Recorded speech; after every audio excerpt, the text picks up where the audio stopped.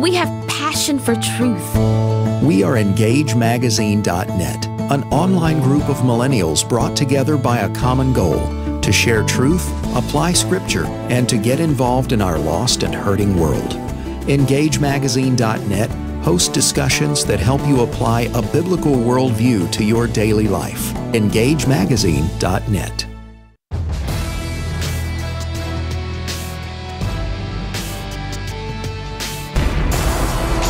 Freedom prospers when religion is vibrant and the rule of law under God is acknowledged. An informed patriot is what we want. Welcome to American Family Radio's Focal Point, the home of muscular Christianity on conservative talk radio. Muscular Christianity. Where we relentlessly explore the intersection of truth and politics. The trouble with our liberal friends is not that they're ignorant. It's just that they know so much that isn't so. Now, here's your host, Brian Fisher. Hi, and welcome to Focal Point on American Family Radio. Brian Fisher is my name. Network is the American Family Radio Network. You are listening to Focal Point, the home of muscular Christianity. You are listening to ethanol-free radio, nothing but high-octane fuel here at Focal Point. Glad to have you in the conversation today. A lot we are going to get to. As always, we want to begin by turning our attention to the Word of God. As I've explained every day, USS Focal Point is a battleship. It's not a pleasure cruise. And our nautical charts are provided by the Scriptures. They serve as our nautical charts. Our commander is on the bridge. Scriptures are our nautical charts. Holy Spirit is a navigator, and I serve as your loyal, humble, and cheerful first mate. Glad to have you aboard. I think I got a call from somebody who Navy experience that I should be calling myself the first executive officer. I don't know about the details of that, but whatever I am cheerful, humble, and loyal, and glad to have you aboard. Now, we want to start today by looking, we are in the book of Psalms in our reading through the Scriptures. You can follow along, read with us, and pray with us through the Scriptures by going to pray.afa.net. And there you'll find the Scripture passage for every day. You can read it in your Bible or on your digital Bible, and then pray the prayer that you find on that page. It incorporates the very words of Scripture. We just pray the Word of God back to Him. We know that if we pray according to the will of God, He hears us. No better way to pray the will of God, to know that we're praying according to the will of God, than to pray His very Word back to Him. His Word is His will.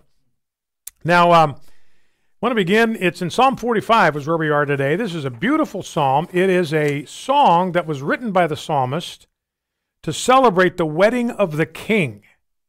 And it becomes a prophetic picture for us of the wedding between Christ and His bride, the church. So this is a description, prophetically, of the wedding supper of the Lamb. So first we have the description of the bride. He's handsome, he's majestic, he's strong and powerful. Find this in verses 2 through 9. The songwriter says, "You are the most handsome of the sons of men. Grace is poured upon your lips. Therefore, God has blessed you forever. Gird your sword on your thigh, O mighty one, in your splendor and majesty. In your majesty, ride out victoriously for the cause of truth and meekness and righteousness.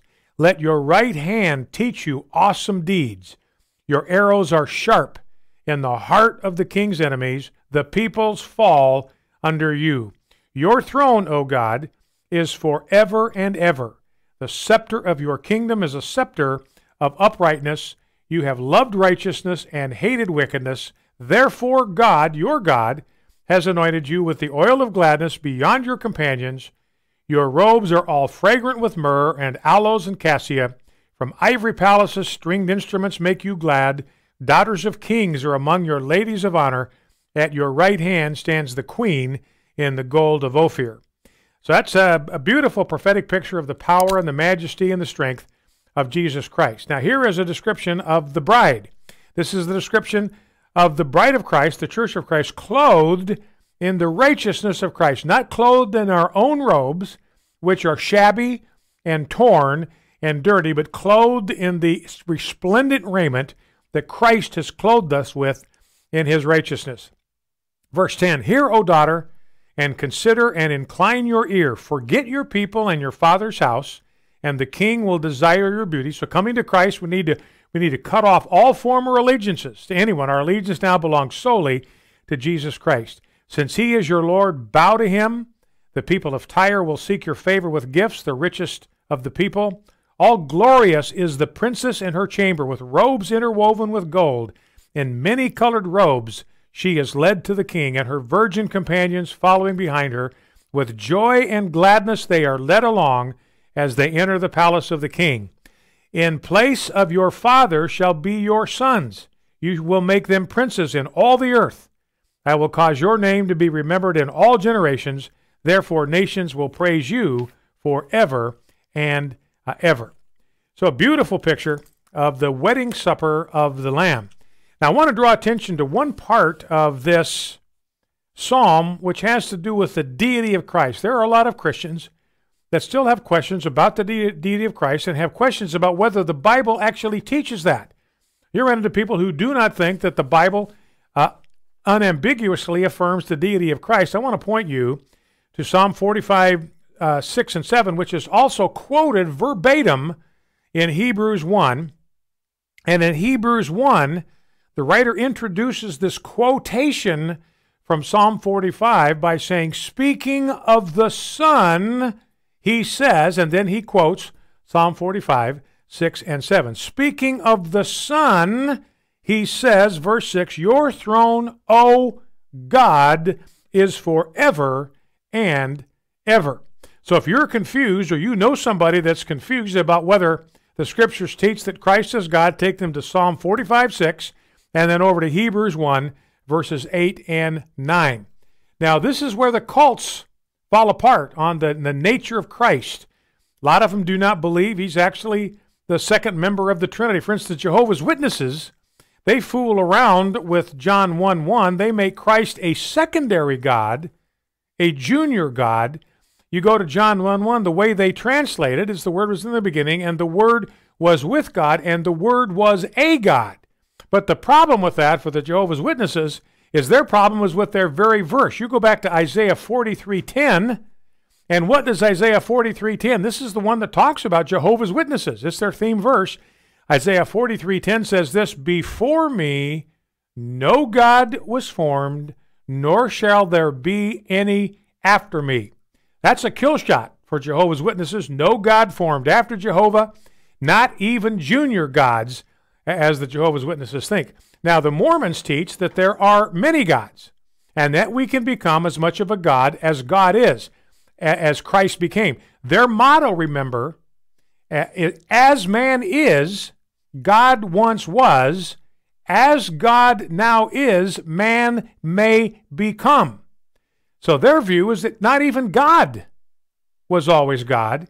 He used to be a man, but he climbed the stairs to godhood. Christ climbed the stairs to godhood, and we can too. Jesus started out as a man, became a God, and we can too. So notice how the view in Mormonism of Christ is exactly upside down. In the Mormon view of Christ, he is a man who became God.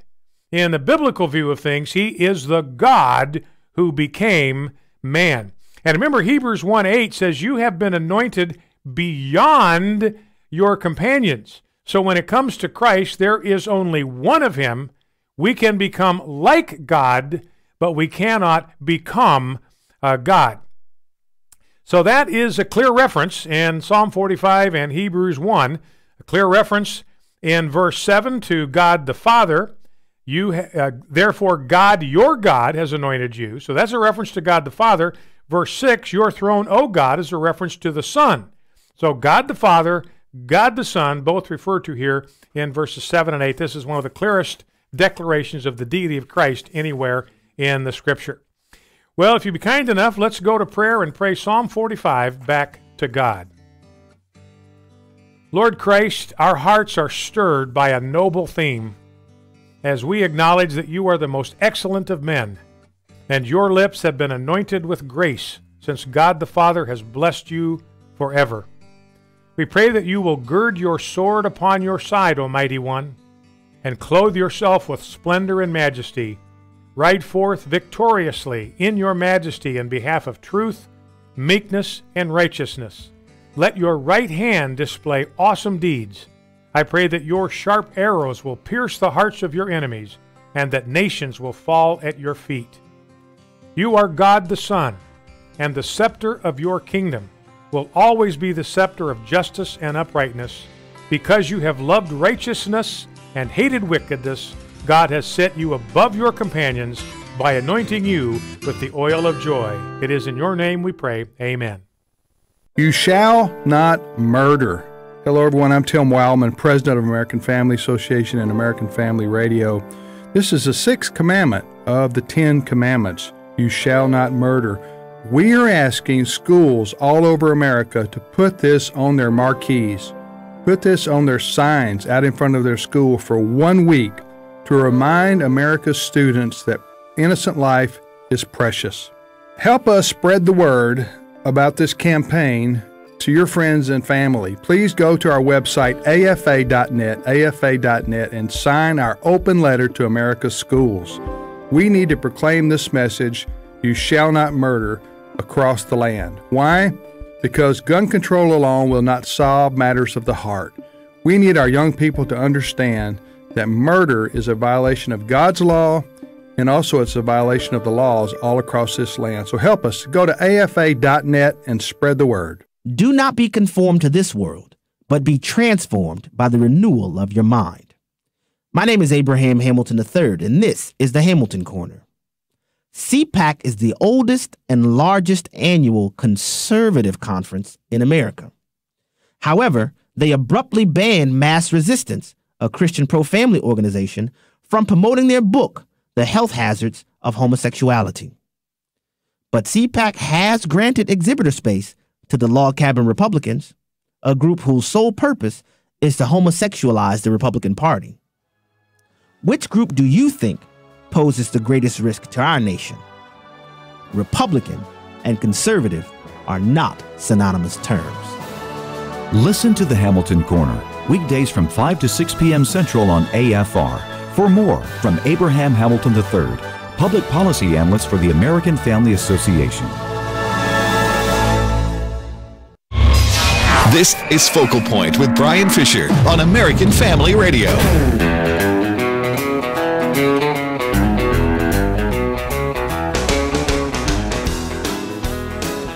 Hi, and welcome back to Focal Point on American Family Radio. Brian Fisher is my name.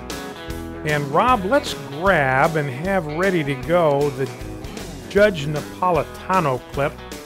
That is clip number 10. We'll start with that here in just a couple of minutes. Just a couple of quick notes on the political landscape in general. Donald Trump announced his re-election bid today. It's the earliest that anybody has ever done that. He's even appointed a campaign manager who is an expert in digital media. He ran the digital media effort of the Trump campaign. Donald Trump credits him for the success of the campaign using Facebook and social media. And he might have been the one that gave Donald Trump lessons in the use of Twitter. So he's going to be the campaign manager. This is the earliest an incumbent has ever announced a bid for re-election. The previous record was held by President Obama, who made his second campaign announcement 582 days before the general election date. Trump's news came 980 days before Election Day. So Donald Trump, clearly serious now about running and governing for 2 terms. You know, we just saw a difference between CNN and Rasmussen on the popularity of Donald Trump. CNN's poll had Donald Trump with a 35% approval rating. Rasmussen came in at 49%. Well, what is the difference? Well, Daily Caller has a column up today that explains where the difference may come from. It has to do with the way in which CNN is skewing their polling data. So how do you account for a 15% or 14% gap in the results? Daily Caller got a full copy of the CNN poll. It breaks down respondents by age, party affiliation, income, and so forth. So one of the first things they do is they oversample Democrats. They don't want to tell you that. You got to dig deep into the internals. But what CNN did is 33% of their respondents were Democrats, 23% were Republicans. So there's a 10% gap starting right out of the gate. Then 44% were independents or members of another party. But if you look at the latest information across the entire landscape, 44% of Americans identify as Democrats or independents who lean Democrat, and 37% represent self-identified Republicans. So only about a 7% gap there across the board. So oversampling Democrats, that's one way to get the polling results that you want. And then they poll all adults rather than likely voters. This is another way you can skew the data in your direction. You know, most pollsters, if they want to get an accurate picture, for instance, of where an election is going, they're just going to poll likely voters because adults may have an opinion, but if they're not registered voters, if they're not likely voters, their opinion is more likely to be uninformed. So CNN skewing the polling data to make things look worse for Donald Trump. President Obama spoke at Massachusetts Institute of Technology this week. All of the attendees were told not to record or post about the speech online before they came. So you can come and you can hear the gifted one, the light bringer, but you can't talk to anybody about it. But Reason.com, it's a libertarian website, they obtained a recording of the speech. They reported on it. And one of the things that Donald Trump said, quote, "We didn't have a scandal that embarrassed us," end quote. So this is one thing that you'll hear liberals repeating mindlessly.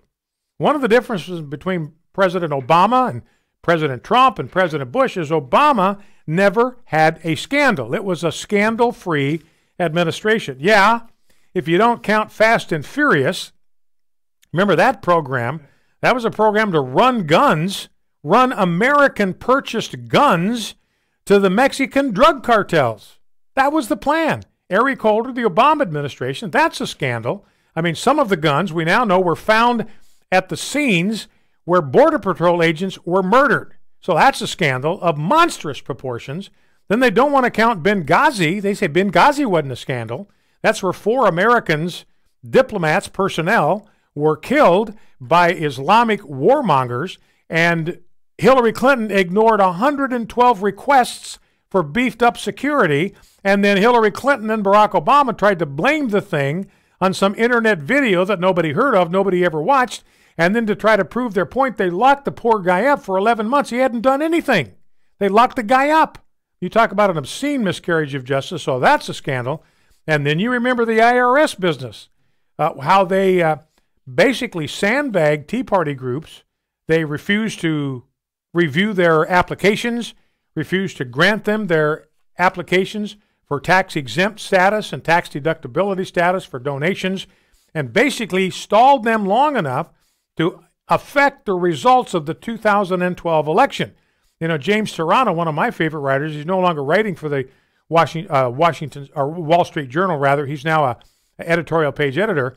But he wrote a column every day that I used to read faithfully when I got home. It was like dessert for me. And he said, you know, there was enough messing with the Tea Party by the IRS and Lois Lerner and that whole group of crooks that you ought to put an asterisk behind President Obama's win in 2012. If it hadn't been for the IRS sandbagging, squelching, putting a bag over the head of the Tea Party in 2012, he believes that Mitt Romney very likely would have won that election. So it ought to have an asterisk. So not a scandal-free administration. Do not let them lie to you. Another development is that the Washington Post has 2 never-Trumpers on their writing staff, their editorial staff, that claim they are conservatives. One of them is a guy by the name of Max Boot, and the other one is a woman by the name of Jennifer Rubin. And so the Washington Post identifies these people on their opinion page, on their website, as conservatives. So they claim, hey, we're representing all sides. We're representing both points of view. We've got Democrat writers and we have Republican writers. And they'll trot out Max Boot and prop him up. And here's Jennifer Rubin. They're conservative writers. But this last week, both of them, both Max Boot and Jennifer Rubin, just dropped all pretense of being conservative in the wake of CPAC. They just ripped CPAC, had nothing to do with it, and disassociated themselves basically from the Republican Party. Now, Max Boot has attacked Donald Trump repeatedly. He's disparaged the the political right more generally, and he's progressively conceded that he has held a number of unambiguously leftist positions. He says, I prefer to think of myself as a classical liberal because conservative has become practically synonymous with Trump lackey. So he says, don't think of me as a conservative because I'm not a Trump lackey, and that's how he views conservatism. Now, Jennifer Rubin has been no extant evidence that she ever has been a conservative. She never supported the Republican Party before 2005, and she endorsed Boot's disavowal of conservatism on Monday. She said this is a conservative writer for the Washington Post, so-called, it is essential for Democrats to take one or both houses of Congress in the midterms.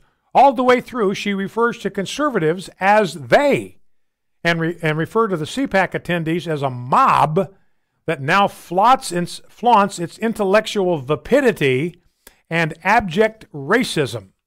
And Boot, like other never-Trumpers, disavowed the single successful GOP presidential campaign since 2004 and endorsed Hillary Clinton. He endorsed Hillary Clinton in 2016 over Donald Trump. But he did serve as a foreign policy advisor to John McCain, Mitt Romney, and Marco Rubio in their campaigns. Boot actually defended a comparison between Tucker Carlson and Nazi sympathizers. Boot went on to clarify that the Republican Party, quote, deserves to die. He endorses the leftist doctrines of white privilege and male privilege, says he's pro-abortion, that he supports transgenders in the military, and that he believes opposing amnesty or pushing for any reduction in mass immigration is offensive. So don't let them lie to you, ladies and gentlemen. The Washington Post now has they never did, but now it's officially clear they have no conservative viewpoints represented on their editorial page. Do not let them fool you. Now, an interesting conundrum, I love that word even though I don't know what it means, but an interesting conundrum, which means like a puzzle or whatever, in California for the Democrats. It's interesting. They created this problem for themselves, and they're looking at a problem. By the way, they've got two real problems. They've been fiercely anti-NRA. They've been fiercely anti-gun. They've been out beating the drums for gun control, got to disarm American citizens. But they've got a lot of candidates this fall, I think it's 10 of them, that are running in House districts that Donald Trump won and basically have pro-gun sentiments. And so they're really deeply concerned. They're getting agitated now. They're getting worried that their antipathy toward the Second Amendment and the NRA could cost these candidates their election. And I think they're very likely right. They're getting real nervous about that. And here's another problem that the Democrats have in November, and that is that they changed the rules for the primary election in California. And the Democrats did this because they control everything. They have 2/3 of both houses so they have veto-proof majorities in both they control everything. They can get anything done that they want to. Republicans are powerless to stop them. And they changed the procedure for running a primary, and they said we're no longer going to have Democrats running against Republicans. Now what we're going to do is we're going to throw everybody into the same hat, and we'll identify their party affiliation on the ballot, but everybody's going to be in the same hat, and we're going to take the top 2 vote getters. Doesn't matter what their party is, we're going to take the top 2 vote getters. Now here is the problem.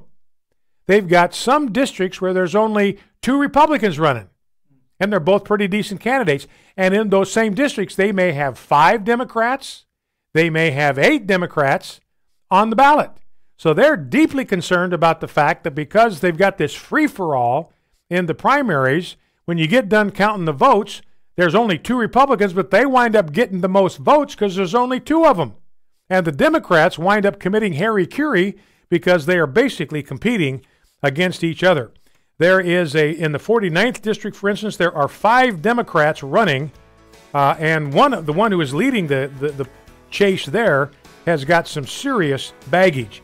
In 8 of the California congressional districts Democrats are targeting, there are 3 to 8 Democrats running in each race. So they might have hobbled themselves, handicapped themselves, may well have tripped themselves right up. Well, we will come back. I want to talk about this union case before the Supreme Court. We'll play our Judge Napolitano clip, and then we'll talk some more about what is going on in D.C. and get you up to date on the Florida stuff. So we'll get to that as the program develops.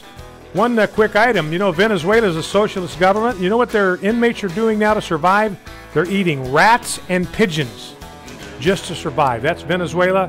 That's life under socialism, ladies and gentlemen. Learn it, live it, love it. Be right back. This is Dr. Richard Lamb, president of Southern Evangelical Seminary. Welcome to Bringing Every Thought Captive. A New York Times examination of how pornography affects how teens think about sex reported that the most popular pornographic site draws 80 million visitors a day, more traffic than Pinterest, Tumblr, or PayPal. The New York Times reports that teenagers or anyone else with a smartphone can have access to sexually explicit material just about anywhere, anytime. Yet there is little real conversation about teenagers' porn consumption and what they're learning from it, or mislearning. The overall theme of the New York Times report was that online porn teenagers have seen effects in how they think about the opposite sex, how their future partners may react to them, and how to think about how they should act as well, all based on the twisted and distorted perspective of pornography. The story also highlighted a class for Boston high schoolers called Porn Literacy, which teaches students to examine how sexuality, gender, race, aggression, body image, and other components are portrayed in pornography. If it sounds like high school is too young to be delving into such sensitive topics, consider this. Most boys around the age of 13 see pornography online for the first time, and most girls are 14 when they see it for the first time. A University of New Hampshire study found that 93% of males saw online pornography before they were 18. We already know from other surveys that most of the nation believes that moral values are getting worse. And when it comes to porn, a Gallup poll in May of 2017 found that 36% said that pornography is morally acceptable, just about a third of the nation, but up 6 points from just 6 years earlier in 2011, when the question was first posed to the American public. These facts should send alarm bells going off in our heads as part of this culture. Our children are getting their sex miseducation from the purveyors of pornography, and it's up to us as adults to put a stop to it. This is Richard Land. This is Focal Point with Brian Fisher On American Family Radio. Listen to the audio podcast or download today's program at afr.net. You can also read Brian Fisher's columns at afa.net. afa.net. Hi, and welcome back to Focal Point on American Family Radio. Brian Fisher is my name. Let's get to this case that was heard in the United States Supreme Court. I've had stories about this in the stack for, I don't know, a couple of weeks, but it was finally heard yesterday, so now's the time to talk about it. And this was a case before the Supreme Court on public sector unions. Now, my view, ladies and gentlemen, is that it should be illegal to have a public sector union. That is a union that consists of people that work for the government. Now, here's why I think this ought to be illegal. Now, in normal, I'm not against the concept of unions. If people want to band together and collectively bargain for wages and working conditions, I have no beef with that. I think if you're going to do that, I think to be fair, employers ought to be allowed to form unions too. They ought to be able to collectively decide what their wage scale is going to be and so forth. So it's fundamentally unfair that workers get to collude with each other and employers do not. But that's a story for another day. But I do have a problem with public sector workers being in a union. Now, here's why. If you have a private union, a union in a private company, then when you have union reps negotiating for benefits, who are they negotiating with? They are negotiating with the people that have to cough up the benefits. So they naturally are going to be tougher negotiators because they've got a bottom line that they have to think about. Now, what happens when you have a public sector union? Everybody works for the government.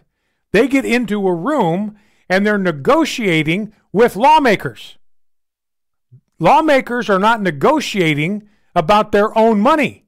Lawmakers negotiating with public sector unions, they do not have to worry about the bottom line because they're not negotiating with their own money.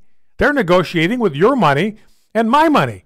So it's no skin off their nose if in order to get a deal, they've got to give away more of our money to the unions. So I think they ought to be completely, flatly illegal, but they're not. They're still going. And 40 years ago, the Supreme Court said, look, you guys can take mandatory union dues from everybody that works for the government in your department or whatever. So this has meant for 40 years, because unions have been dominated by liberals and Democrats for all of history. So that means for the last 40 years, these public sector unions, which are almost exclusively comprised, of the leadership at least, exclusively comprised of Democrats. Remember, Democrats are the one that love government. They love bigger government. The bigger government is, the more they like it. So they love government service. They love working for the government because they want to work for the Leviathan. So anyway, they're all for unions. So they dominate unions percentage-wise, which means that Republicans have been in these unions and they have no power. They have no power at all to affect the direction of the union, to direct the position that the unions take on anything, to direct the allocation of union dues, and this is fundamentally unfair. I mean, you talk about taxation without representation, that's a micro example of it right there. Their money is taken from them without their consent. They wouldn't join these unions, most of them, if they had a choice. They don't have a choice. They wouldn't pay this kind of money into the union coffers if they had a choice. They don't have a choice. And this case, and this finally heard at the Supreme Court yesterday, and it looks like it's probably going to be 4-4 with Neil Gorsuch casting the deciding vote. And I'm willing to bet every dollar I've got, which is not a big risk, that Neil Gorsuch is going to vote on behalf of freedom and vote against the union. So it'll be a 5-4 decision to end the practice of compulsory union dues. Now, one of the reasons why this is important politically is that these public sector unions run by Democrats, they collect money compulsorily from their workers, Republicans, conservatives alike, and then they take these dues and they use them to support candidates of the Democrat and liberal persuasion. So money is being taken from the Republican workers and it's given to candidates that they would never, under any other circumstances, ever support. So the Supreme Court heard the case, and apparently it looks like, kind of predictable, it's going to be 4-4 among the existing justices, and the new Justice Neil Gorsuch likely to make it a 5-4 decision against the unions. Here's what Judge Napolitano said, clip 10. They force you to join a union. You don't want to join. They force you to pay dues. You don't want to pay dues. They use your dues for political causes you don't believe in. How many rights have been violated? Your freedom of association has been violated because the freedom of association means you have the freedom not to associate. And your freedom of speech has been violated because they've taken your money and spent it on a political cause with which you disagree. Democratic causes, too. Correct. If the unions lose, and I think they will, this will radically shrink membership in government unions, which will radically shrink the pool of cash available for the unions to give to their favorite Democratic candidate. You know, in other words, Napolitano is predicting there are going to be a lot of liberals that aren't going to join the union if they don't have to. And it will be a real killer for the unions. It's going to hurt the Democratic Party seriously, going to hurt them badly, because a major source of their campaign funding is going to dry up. Let's get you caught up to speed on the Florida shooting. The shooter, Nikolas Cruz, went to court to try to get an $800,000 inheritance before the Florida shooting took place. His mother, when she died, left that kind of estate behind.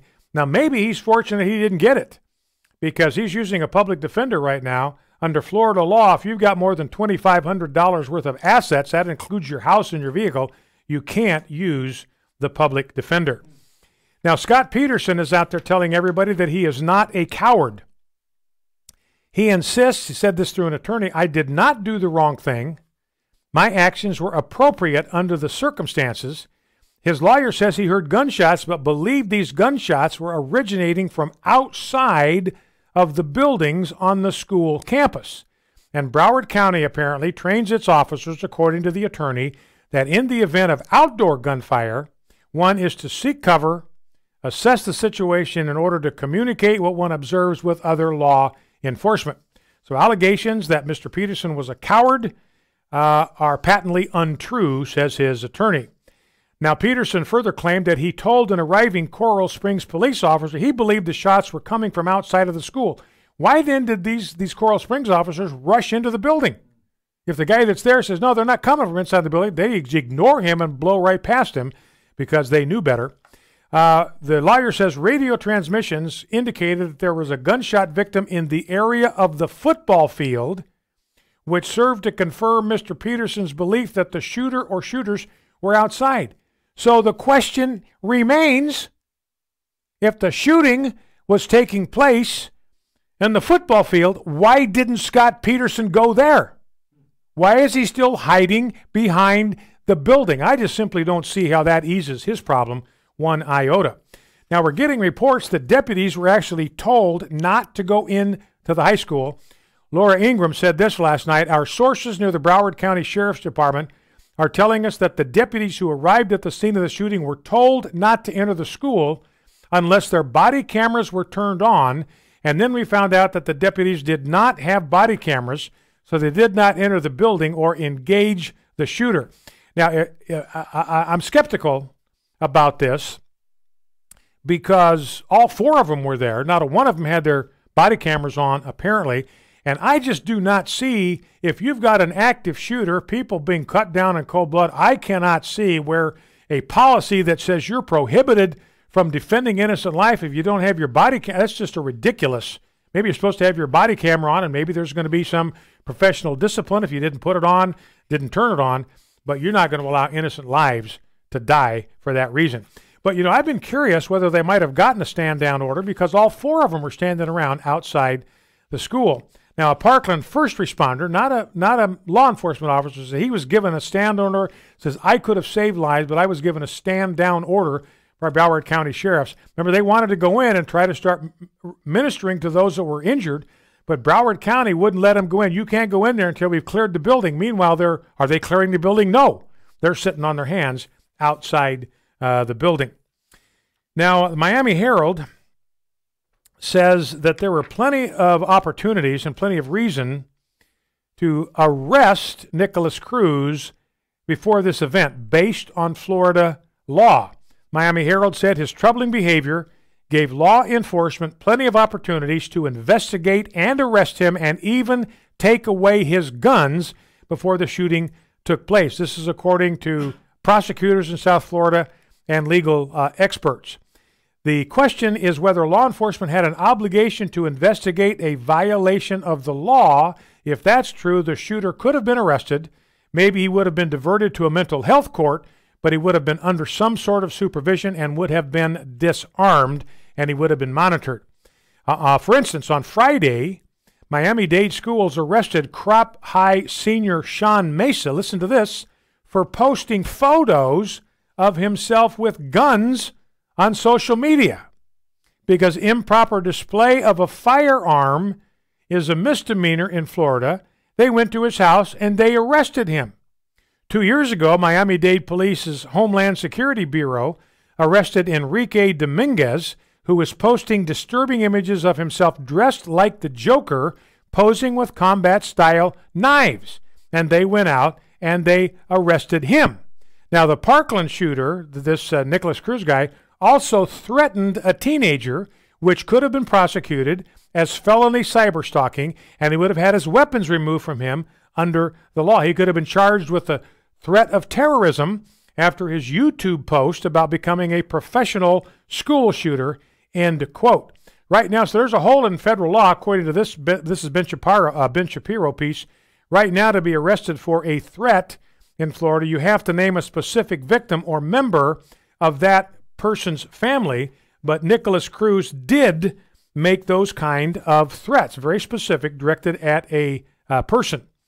In April of 2016, this girl said she started getting threats over direct messages from Cruz's ex-girlfriend's Instagram account. She said Cruz had access to the account, and the messages read as though he was sending them. Here's an example of the messages. I'm going to get you, and I'm going to kill you because you took this person away from me. I'm going to kill your family. Now, it really, realistically, only could have come from Nikolas Cruz. So there is a direct threat against a person. Here's another threat that he made, again, on Instagram or on text, calling another guy that was dating one of his ex-girlfriends, "I have guns, I will kill you." He sent a photo of at least 6 weapons laid out on his bed. Remember, improper display of a firearm in Florida, that's an offense. So they had numerous opportunities. I got 2 or 3 here, I don't have time to read. Had numerous opportunities to arrest Nikolas Cruz and take him out of everybody and out of harm's way. Did not do it. Dereliction of duty on the part of Broward County. Back with your phone calls, 888-589-8840. Exposing Washington with Walker Wildman. So who is responsible for the dysfunction in Washington? That's what we're going to be discussing today. We have become one of the most litigious societies on the planet. The goal of this show is to bring clarity to the news coming out of Washington, D.C., and to expose the deception that has plagued our nation's capital for decades. Exposing Washington. Each Saturday at 2:30 p.m. Central. On American Family Radio.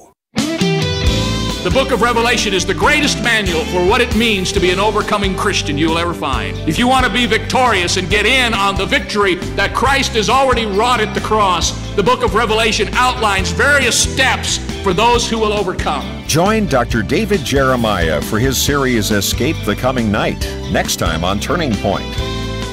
5:30 a.m. and 7 p.m. Central on American Family Radio. You shall not murder. Hello, everyone. I'm Tim Wildman, president of American Family Association and American Family Radio. This is the 6th commandment of the 10 commandments. You shall not murder. We are asking schools all over America to put this on their marquees, put this on their signs out in front of their school for 1 week to remind America's students that innocent life is precious.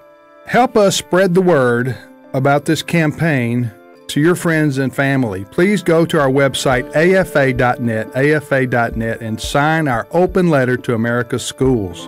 We need to proclaim this message, you shall not murder, across the land. Why? Because gun control alone will not solve matters of the heart. We need our young people to understand that murder is a violation of God's law, and also it's a violation of the laws all across this land. So help us. Go to afa.net and spread the word. American Family Radio. You're listening to Focal Point with Brian Fisher. Brian Fisher. Hi, and welcome back to Focal Point. Number to call is 888-589-8840. Want to know what you think about Donald Trump running again for president? Do you like that idea? If you have questions about it, what do you think? Give us a call, 888-589-8840. What do you think about Broward County passing up numerous opportunities, numerous reasons, legal, valid reasons to arrest Nikolas Cruz for cyber-stalking, for the improper display of handguns? I don't even know whether I like that law, but it is a law, and what he did was against the law. He threatened to kill people directly, individually, by name, that he was going to kill them. He have guns and I'm going to kill you. That is a crime in Florida. You cannot threaten somebody in Florida. So he violated that part of the law, and they never bothered. So they seem completely disinterested in trying to protect people from this guy. So I'd love to know what you think about all of that. A couple of other items while you are calling in, just to close the loop on the Broward County deal. One of the deputies of Scott Israel had no problem training members of a mosque how to shoot. He even got photos of this guy in a mosque holding a handgun, even aiming it at the members of the mosque to show them how to handle a handgun. So apparently the Broward County Sheriff, wasn't the Broward County Sheriff was doing that, but was one of his Muslim deputies was doing this. He was conducting weapons training at the Darus Salam Mosque, known as the Islamic Society of New Tampa, Islamic Society of North America, radical Islamic jihadist organization. It's a mosque that's associated with all 3 groups that are part of the United Arab Emirates terror list. These are on the terror list for the United Arab Emirates, which itself is a Muslim cluster of countries. So if they think these guys are terrorists, then you can take that to the bank. So, why didn't the Broward County Sheriff arrange to have the staff at the high school trained to use handguns. If he's going to do weapons training in mosques, why not in schools? By the way, be alert that media and gun control groups are exaggerating NRA donations to Republicans, so be very skeptical of the numbers that you hear from the media. CNN invented a new term. I'd love to know what you think about this, Rob. They invented a new term, full semi-automatic AR-15. Now we got a new term, full semi-automatic AR-15. Wow. Which is a non-existent term. It doesn't exist. And apparently what they meant by that, first part of the story, he's firing the AR-15 kind of click, and then he goes click, click, click, click. So apparently pulling the trigger as fast as you can turns it from a regular AR-15 into a full semi-automatic AR-15. My goodness, I was one of, and I don't know which one it was, but one of the commentators had left-wing commentators have been saying that handguns will not take out a shooter with an AR. So if you arm the teachers, it's not going to have any effect on someone with AR. I said, wait a minute. Yes, it will. Yes, it will. Yeah. Well, a couple of other things. Delta, the airlines, they have endangered a tax break. They're angling to get a $40 million tax break from the legislature of Georgia. They cut their ties with the NRA, and the legislature of Georgia is going to cut their tax break if they don't reestablish their relationship with the NRA. So the Delta Airlines just put $40 million on the table by ending their relationship with the NRA. And here's a story. Talk about, so the guy was saying that a gun wouldn't stop an AR-15? Okay. Yeah. All right. Anyway, here's a story out of a handgun. Out of Oswego Township, Illinois. As an apartment complex, there was a fight going on. One guy with a knife was attacking another person doing an argument. The neighbor poked his head out the door. There was a pool of blood. Blood was everywhere in the hall. There was still a confrontation going on. So I ran back in my house, grabbed my AR-15. I grabbed the AR-15. I don't know whether this was just a regular AR-15, Rob, or whether it was a full semi-automatic AR-15. But anyway, he grabbed it over my handgun. It's a bigger gun. I think a little more of an intimidation factor. Definitely played a part in him stopping. So he came out, pointed his gun at the attacker with the knife, and man, that ended that confrontation right there. And he held the guy basically in custody until the police came and arrested the suspect. So that's the story of a bad guy with a knife being stopped by a good guy with an AR-15. All right, let's go to the phones. Let's start with Raphael. Raphael in Texas. Welcome, Raphael. What's on your mind? Well, one of the things is, as an ex-communist educator, I can see that the liberal media is doing the same thing. You know, it happens that before I met Christ, I was just so deluded in my mind. One of the things that I see, I'm glad that President Trump is going to run again. I'm a Trump guy, you know. And the other thing is that the solution that we're looking is not only immediately just to put guns into the schools and all that stuff, but have the people well trained that they can just put a guy like this out before he can just wipe out so many lives. The thing is that is the result of a society that has put God aside, and we have a death culture in our hands, because what happens is that, excuse me, if we cannot consider the value of life when we just advocate for abortions and all this, you know, what is the message that our youth are getting? Well, that life has no value. You know, I can just take you out, you can take me out, and that's a reflection also in these games that are today. You know, that they're all full of violence. I had toy guns when I was a kid. I have a BB gun. I have guns of my own when I used to have my business. I was not killing out people because I was exposed to guns or firearms. And it happens that this is a decision of the individual, and if the individual has a twisted mind, you know, the blame here is to put onto the agencies that didn't do nothing to stop this from happening. Yeah. All right, and this is not the only time, Yeah. Well, listen, I appreciate your call. And, use of handguns or weapons, obviously that's a family-to-family decision. Fathers may want to teach their family how to shoot. They may not. That's kind of up to them. But that decision shouldn't be made for them that they cannot use something that's guaranteed by the Second Amendment. But Raphael also had a good point about the value of life. And this is one of the reasons why AFA is sponsoring this campaign to get the Sixth Commandment on school billboards. You can go to our website if you haven't seen it.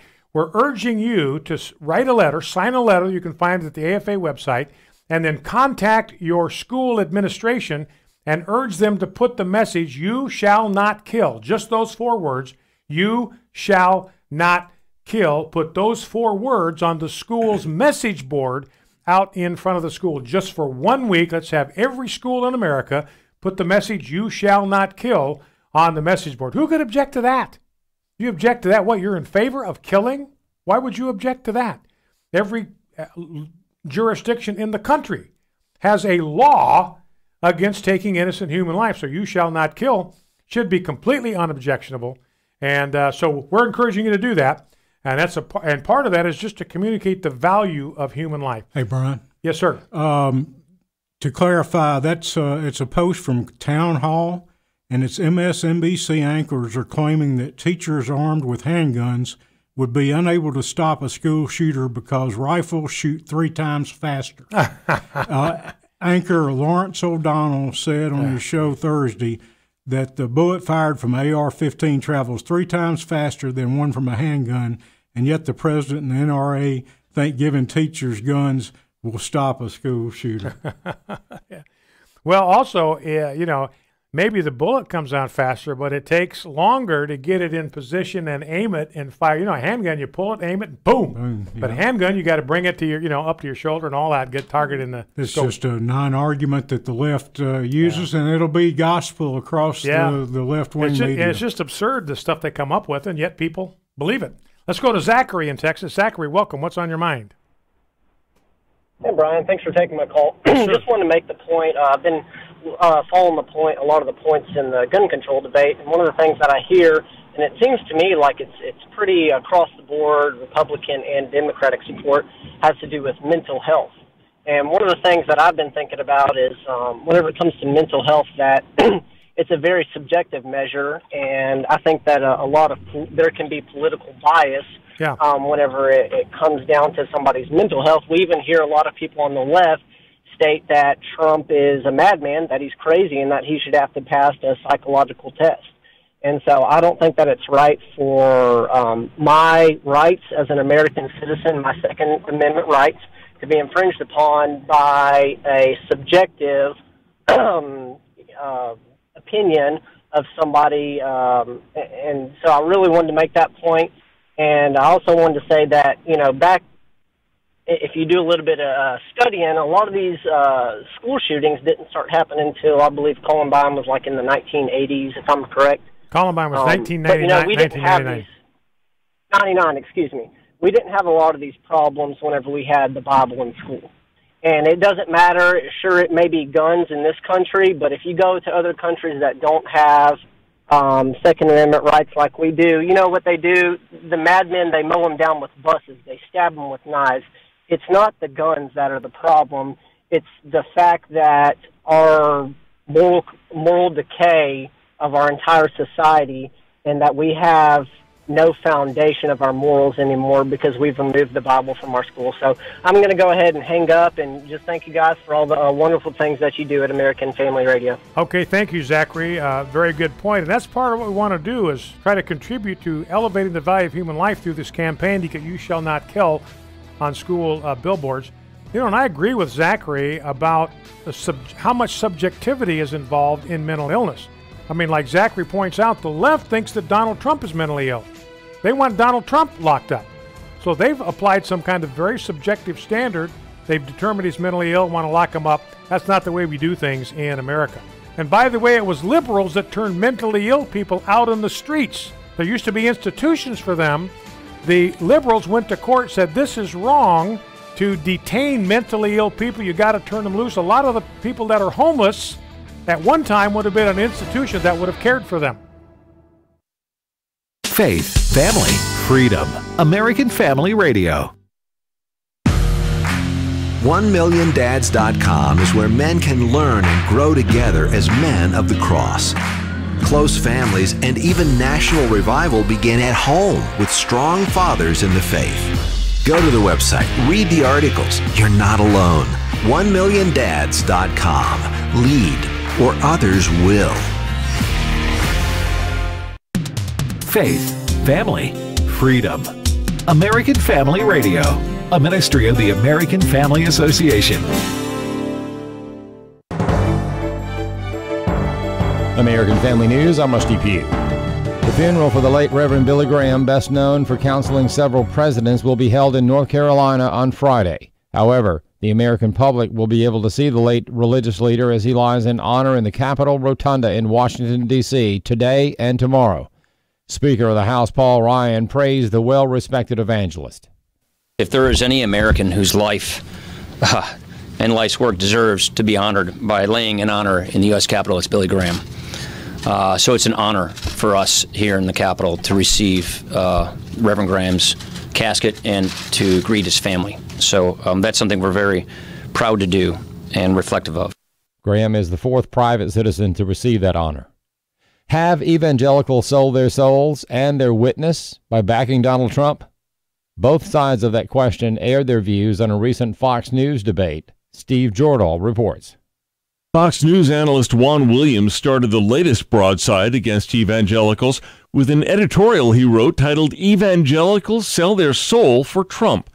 Trump advisor Dr. Robert Jeffress seemed in no mood to let that pass, so the two met up on Martha McCallum's primetime show, where Williams pointed out how immoral Donald Trump had been in the past. I'm very interested in understanding why white evangelical Protestants are so supportive of Donald Trump. I think now it's 68%, double every other demographic or religious group in America. Jeffress said evangelicals were left with little choice in the general election, but so far have been very pleased with President Trump. Evangelicals had a binary choice in 2016 between Donald Trump, who admittedly, by his own admission, is not a Sunday school teacher or a saint, but he has become the most pro-life, pro-religious liberty, pro-Israel president in history. Then Jeffress pointed out that neither candidate was a paragon of virtue. The other choice was Hillary Clinton. And although my friend Juan describes her as kind of Saint Hillary of Chappaqua, she's hardly a bastion of morality herself.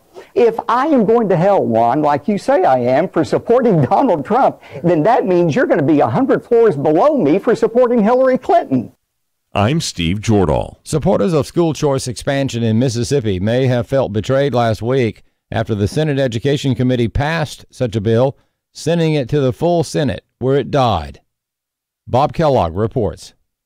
Senate Bill 2623, authored by Committee Chairman Gray Tollison, would have expanded the current Education Scholarship Account program to most students in the state.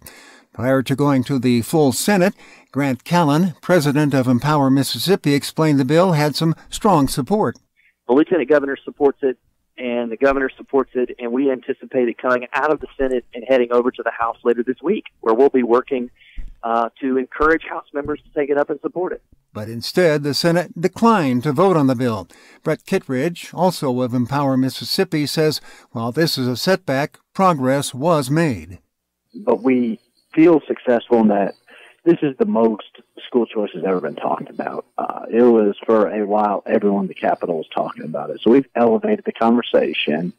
And the conversation is all students. It's not certain subgroups of students.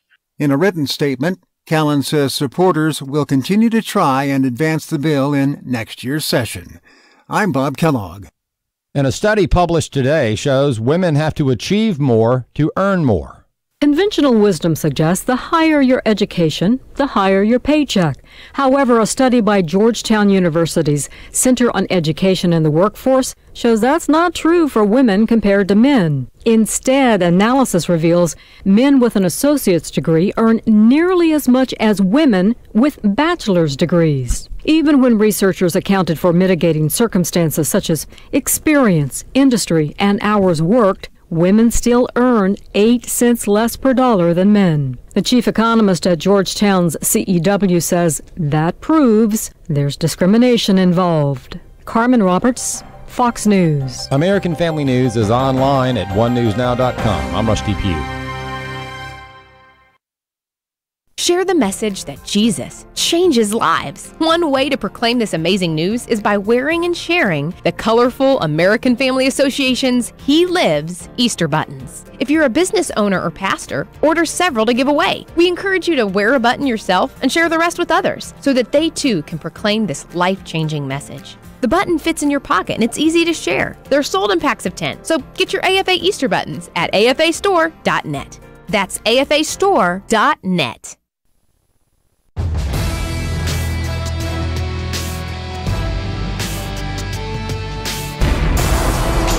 Freedom prospers when religion is vibrant and the rule of law under God is acknowledged. An informed patriot is what we want. Welcome to American Family Radio's Focal Point, the home of muscular Christianity on conservative talk radio. Muscular Christianity, where we relentlessly explore the intersection of truth and politics. The trouble with our liberal friends is not that they're ignorant. It's just that they know so much that isn't so.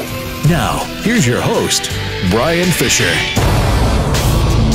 Hi, and welcome back to Focal Point, American Family Radio. Brian Fisher is my name. We have some callers that have patiently waited, so we are going to start this second hour of Focal Point. Welcome, no matter how you're listening to us, live streaming us on Facebook, audio streaming us at afr.net, listening to one of our 184 stations that comprise the American Family Radio Network, live streaming us on YouTube, live or catching us on the Roku channel, catching us after the program by going back to our Focal Point Facebook page where we tape the program as we deliver it live, upload it to the Facebook page, publish it right after the program with an extended table of contents.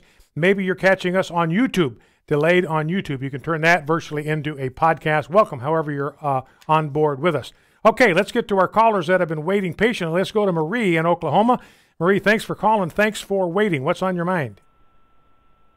I just wanted to comment on that shooter, that shooting. Yes, What they should do, you say they want security.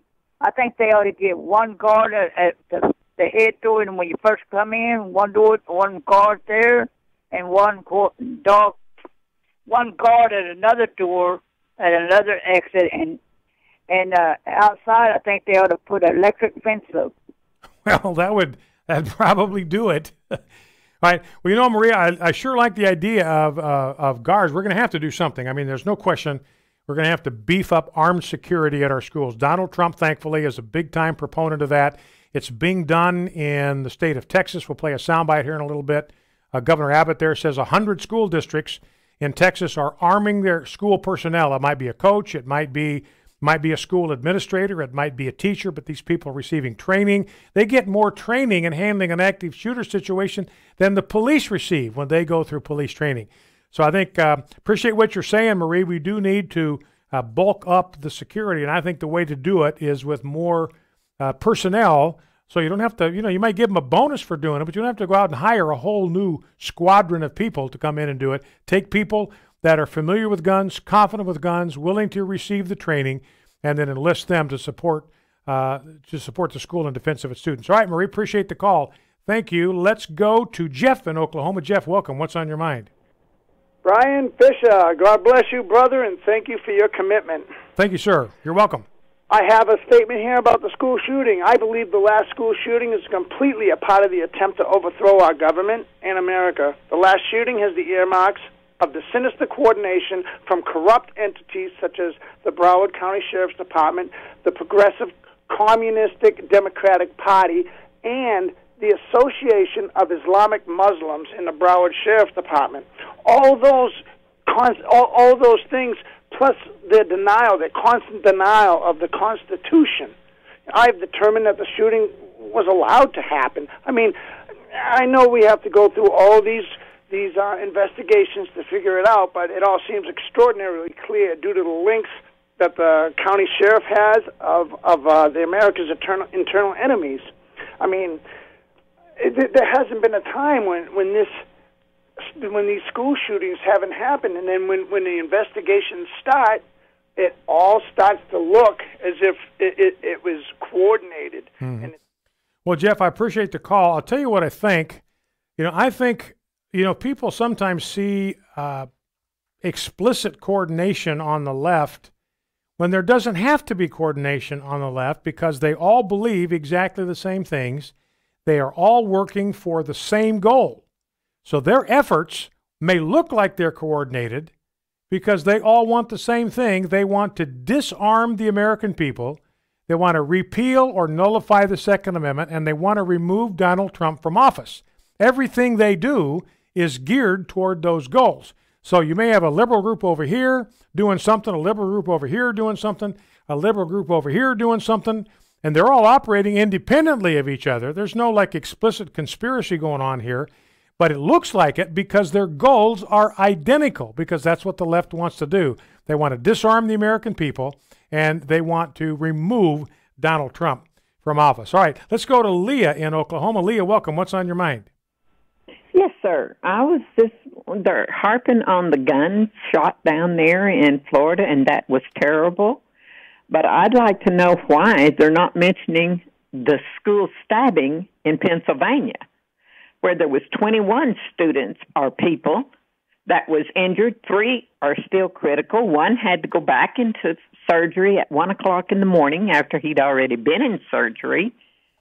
And the student was 16 and had 2 knives and was dressed all in black and just started down the hallway right when before school had really started, and was just stabbing everybody he came to. Well, I'll tell you part of it. It's just bizarre that there would be such a such a difference in the way they respond to murders that are committed with knives and murders that are committed with guns. But the reality is they are determined to wipe out guns. To them, it's not knives that are the problem. We can look at it and say, look, people can get killed with knives. In fact, more people are killed with knives every year than with AR-15s. I mean, 5 times as many people every year are killed with knives as are killed with AR-15s. But they do not care about knives, because to them, the gun is what is the evil thing. The gun is evil, so that's what they care about. So we're not going to find parity in how seriously they take knife violence, because we talk about that every time somebody gets killed with a knife. What are you going to call for the confiscation of all knives? Does that mean all butcher knives, all paring knives, all steak knives? Because that's what you'd have to do if you decide that knives are as bad for killing people as guns are, which they are, and you think the solution is disarming people, then it's going to get ridiculous after a while. Swiss knives got to go. Army knives got to go. You name it. Pocket knives have to go. Pen knives would have to go. All right, let's go to our Jeff, go ahead, and then I'll take our last caller. Rob, but... Rob, sorry. That's all right. I just lost Leah. That was Leah. I was just talking to. That was Leah. Leah. We're all caught up to speed. Go ahead. On the knives thing, well, if it was a serrated knife versus a straight blade knife, well, that's the same thing with the AR and a semi-automatic rifle. An AR is a semi-automatic rifle. A serrated knife is the same as a straight edge.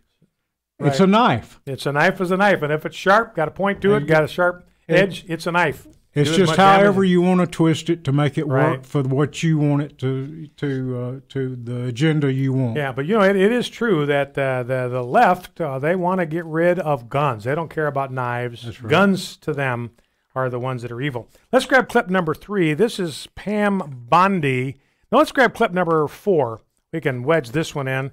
Give us a little more time. This is Steve Scalise talking about, we were seeing the breakdown in government there in Broward. They had many opportunities, reasons to arrest Nikolas Cruz. Didn't do it. Now 17 people are dead. Steve Scalise was shot, remember, with a rifle. Here's what he had to say, clip 4. Look, Brian, all these breakdowns in government show you why so many people, millions of people across the country, want to have the right to defend themselves. And so passing laws that take away the rights of law-abiding gun owners, that is something that concerns a lot of us, because we see failures that shouldn't have happened, that should have stopped this from happening. Let's focus on making sure that people that are law-abiding citizens are able to maintain their rights.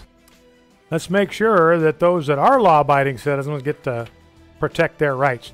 Let's grab one more thing. Let's go to clip number 8. This is Sirius XM radio host Mark Thompson talking with Stephanie Rule of MSNBC. And the other thing, just to draw together this whole thing with the NRA and Trump are attacking local law enforcement. The White House is attacking the FBI. I mean, we've never seen anything like this coming from Republicans. That's what's key. And as I've said on your show before, to me, that's seditious, which in and of itself is a high crime and misdemeanor. If I were Mueller, I'd go pick him up today. So it's just, these people on the left, ladies and gentlemen, they are detached from reality. They are divorced from rationality. They are divorced from reason. They are unhinged. They're floating off into lunatic la-la land, completely divorced from reason and truth. We'll be right back. Stay with us. Here's Twyla Brace, president of CCHF, with today's Health Freedom Minute. A study finds the cost of health insurance and the consolidation of hospitals are having a detrimental impact on farmers and the sustainability of farming. In fact, 65% of commercial farmers say the cost of health insurance is the most serious threat to their farm, more significant than the cost of land or market conditions. 72% of farmers have off-farm work for added income and to get health insurance, but that takes time and energy away from the farm and the family and is a stressful distraction. Some farmers expressed a desire for a national health insurance policy. However, that won't improve access to care or open closed hospitals. It's a costly security blanket without security. Learn more about protecting your healthcare choices. Sign up for the CCHF Weekly E-News Update at cchfreedom.org. That's cchfreedom.org. You shall not murder. Hello, everyone. I'm Tim Wildman, president of American Family Association and American Family Radio. This is the 6th commandment of the 10 commandments. You shall not murder. We are asking schools all over America to put this on their marquees, put this on their signs out in front of their school for 1 week to remind America's students that innocent life is precious. Help us spread the word about this campaign to your friends and family. Please go to our website, afa.net, and sign our open letter to America's schools. We need to proclaim this message, you shall not murder, across the land. Why? Because gun control alone will not solve matters of the heart. We need our young people to understand that murder is a violation of God's law, and also it's a violation of the laws all across this land. So help us. Go to afa.net and spread the word. This is Focal Point with Brian Fisher on American Family Radio. Hi, and welcome back to Focal Point American Family Radio. Brian Fisher is my name. Let's close the loop on Florida so we can move on to other things. Let's go back to clip number 3. This is the Attorney General of the state of Florida. Her name is Pam Bondi, and she's talking here about what the police did and did not do. Now, she's the Attorney General of the state of Florida. You get crosswise with her, that's a big problem because the Attorney General has the power to put you in jail. Let's listen to clip number 3. Was there a stand-down order? I can't talk about that, but that would explain why the guys didn't go inside. Let me put it this way. When you have a school full of students and your duty is to protect those students, if I was there and I didn't have a firearm, I would have gone into that scene. That's what you do. That's what the coach did, who is a true hero. Your job is to protect those students. Mm-hmm. Pam, it was reported that school resource officer, Scott Peterson, was there. He was the only officer. That's what we learned last week and the week before. And now there are reports that there were 3 other deputies there on the property. Was there more than one officer there? That's what we're hearing, and I can tell you I believe some folks in that department weren't honest with me, nor were they honest with the governor, so there's going to be a full investigation into what really went on. Right now, what I'm focused on, Ainsley, is working with these students and going forward. I didn't know they weren't honest with you, Pam. What do you mean they weren't honest with you? They weren't. It's all going to come out in the investigation. That's what you're talking about from the very beginning. There are things you know you can't do. Why would they lie, though? Why wouldn't they be honest? Well, if they were there and didn't want people to know they were there, that could have been it. But I'm not going to discuss that further. Right? Now, this is fascinating because Pam Bondi is saying, look, these people were not honest with you. Now, we've suspected that the Broward County Sheriff, for instance, he has a very loose and tenuous relationship with the truth. We've suspected that from the beginning. You know, and the reason you lie is simple. You're trying to cover your tracks. You did something wrong. You don't want the authorities to find out about it. So what do? You lie. But anyway, we have the promise of a thorough investigation. I think if Pam Bondi's in charge of this, from what I know of her, I think it will be a thorough investigation. I believe it will be fair, and I believe that offenders are going to be prosecuted. Let's go to clip number 5. This is a member of the Florida House of Representatives. His name is Richard Corcoran. And again, the issue of what we do in schools to protect our students comes up. Here's what he had to say. We're saying here's the solutions of how we can fix it so that every school child in Florida is safe from here to forward, that this never happens again. And I'll tell you, one of the biggest things that we're doing is we have a Marshall program. It's the first of its kind in the nation. It affects the entire state. It is a SWAN law enforcement officers are now going to be able to be certified teachers in the classroom protecting kids. And just as President Trump said, when that coward comes through the door, he won't even come through the door, but if he does come through the door, he's going to get executed because he's going to be staring down the face of a licensed law enforcement marshal in the state of Florida. Well, what we want to pass more than anything else is this Marshall program. It's a game changer. The insanity, as the president has said, of these, saying that our most precious resources, our children, are in gun-free zones and allowing these people to come on, that's got to stop. That's got to change. And if we have the Marshall program, and now you have 10, 15, 20, 30 people, you have signs out front that says, hey, these children, these precious resources, they're being protected by sworn law enforcement officers with greater training than the policemen and the sheriff's deputies we have out there right there. They have more training when it comes to guns and active shooters and defensive tactics. On those portions of their training, it is greater, not less, than sworn law enforcement officers. All right, so he's arguing for what they call this Marshall program. I think it's called the Sentinel program. And again, it has to do with arming people with legitimate authority, conferred authority, to provide security on school campuses. So what's encouraging to me, the reason I'm playing this, and I got the next one, the same deal, is I think it's encouraging for us to realize that this is the direction that the discussion is now shifting. And this is due, I believe, to the leadership of the president, because he's affirmed this as something we've got to consider, we've got to look at. He's endorsed it, and now you have people stepping forward. And it's been tried, as we've seen before. We've talked about this over the last couple of weeks. Places that are using it, including the state of Texas. Clip 6, here is Governor Abbott of Texas. Texas authorized schools to adopt policies to implement a school marshal program where individuals would be trained to have a weapon and to be able to use that weapon.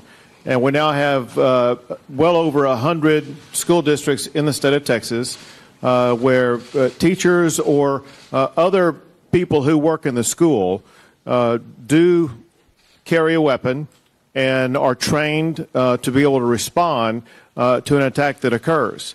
Now, it's not always a school teacher. It could be a coach. It could be an administrator. It could be anybody who works in that school. But it's a well-thought-out program with a lot of training in advance. And candidly, some school districts, they promote it because they will have signs out front, a warning sign that be aware there are armed personnel on campus, warning anybody coming on there that if they attempt to cause any harm, they're going to be in trouble. We talked about this the other day about that school district in Texas that we looked at very closely, and they got a big sign posted in front of the school. I mean, it is a big sign. You cannot miss it. Warns everybody that comes on the premises that there are armed people on this campus. You're not going to know who they are because they're carrying concealed, but they are here. They have authority to use weapons in defense of our students. I think that's going to cut down the problem in a dramatic fashion. All right, let's turn our attention to what's going on with this whole Russia investigation. Let's grab clip number 1. This is Trey Gowdy talking. One of the guys that got caught up in this thing at the very beginning was a low-level guy that the Russians called an idiot. The Russians had no respect for this guy. The Americans didn't have any respect for this guy. He was like a wannabe. He was kind of a hanger-on. He wanted to somehow get into Trump's orbit. His name is Carter Page, and he's just been a constant presence on network and cable television.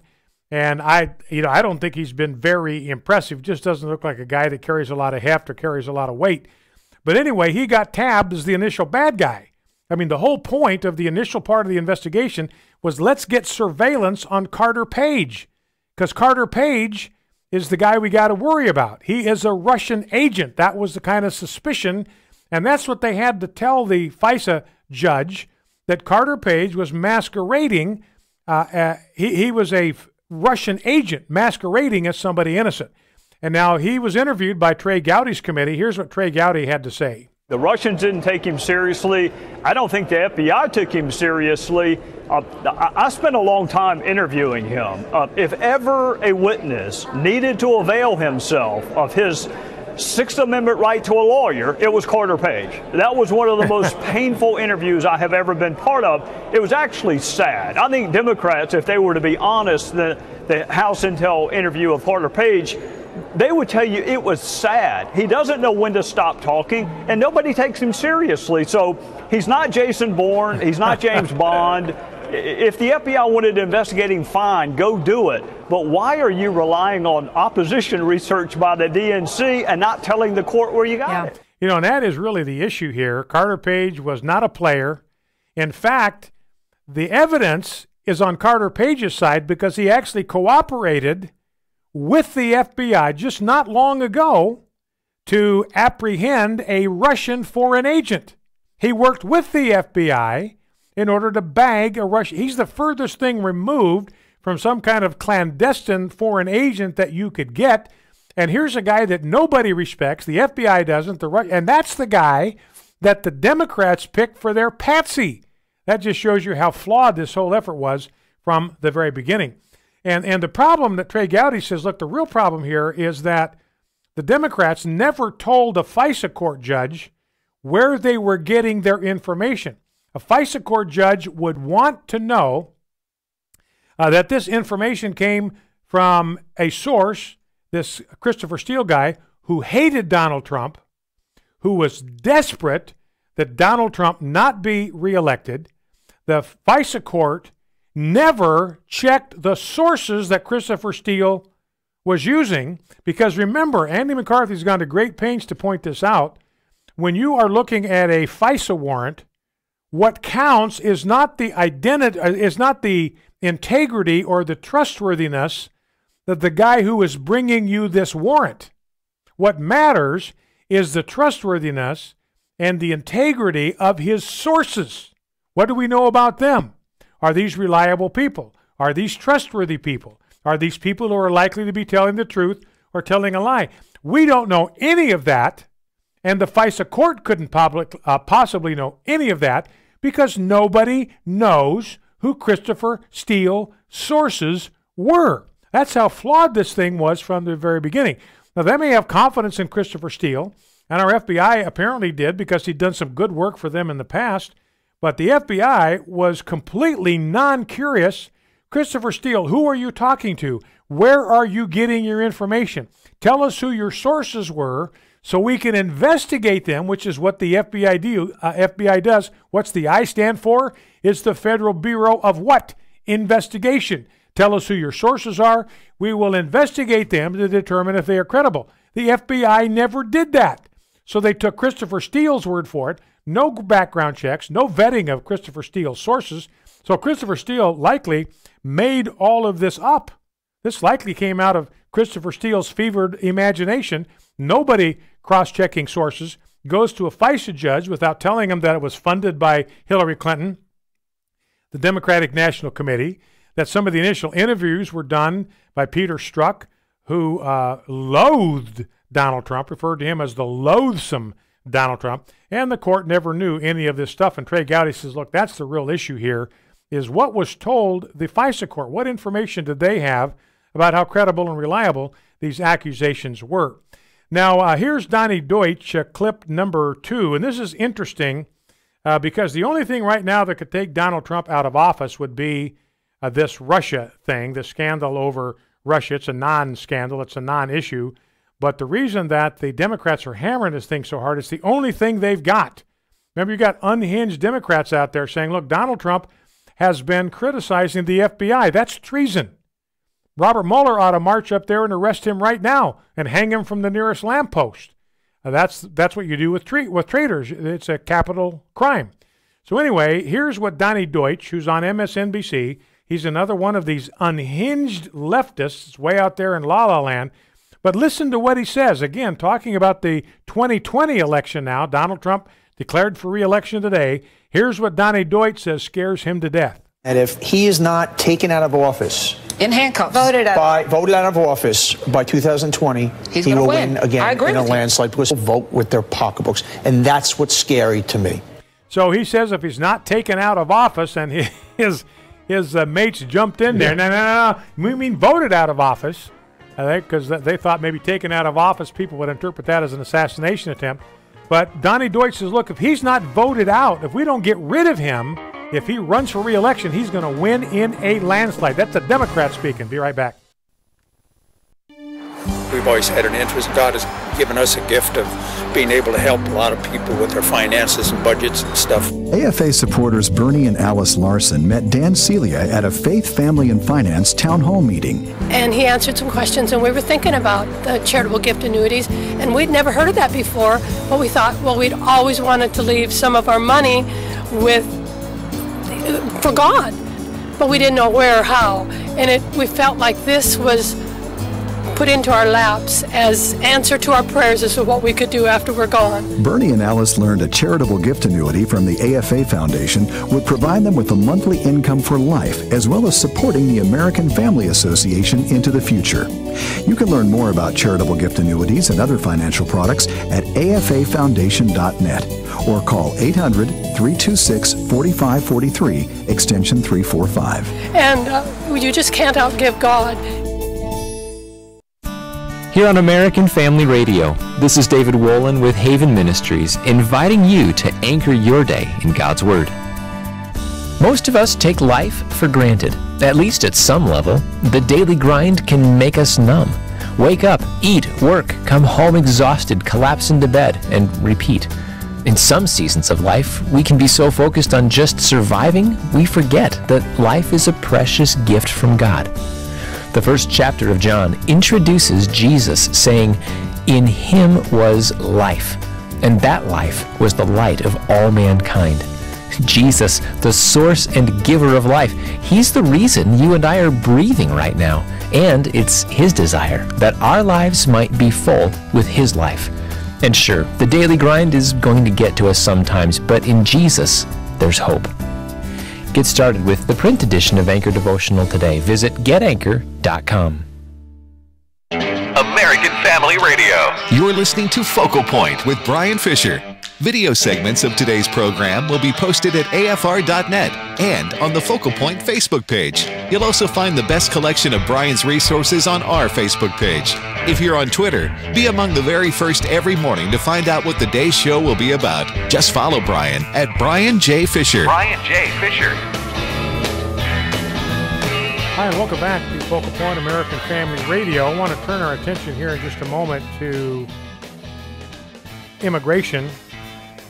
Let me start. This is a little bit off topic, but I thought this is a great little story. You know, there's Billy Graham's funeral is going to be held this week. A lot of people are now visiting him while he's kind of lying in state in North Carolina. Going to be lying in state on tomorrow in the United States Capitol. I saw former President Bill Clinton there today talking with Franklin Graham, and I came across a column by a congressman by the name of Robert Pettinger. And he said that this is his observation about Billy Graham. He was around him. He said he was a remarkably humble man, instantly recognizable around the world, but fully aware that his success was not his own. When family or associates would share with him stories about the impact of his ministry, he would raise his hand and say, "All glory to God." Now, one of the things that Dr. Pettinger said, well, he met him back at Congressman Pettinger in 1971 is when he met Billy Graham. He served as his caddy at the Byron Nelson Golf Classic. Billy Graham was playing with Bob Hope, Arnold Palmer, and Gerald Ford. And Pettinger said, "I'd only been a Christian for a year or two, and I was deeply impressed by how Billy Graham lived out his faith and walked the talk." and he sent him a Schofield Bible as a thank you gift, which Pettinger says he still uses today in his congressional office. He worked in the 70s with Dr. Graham.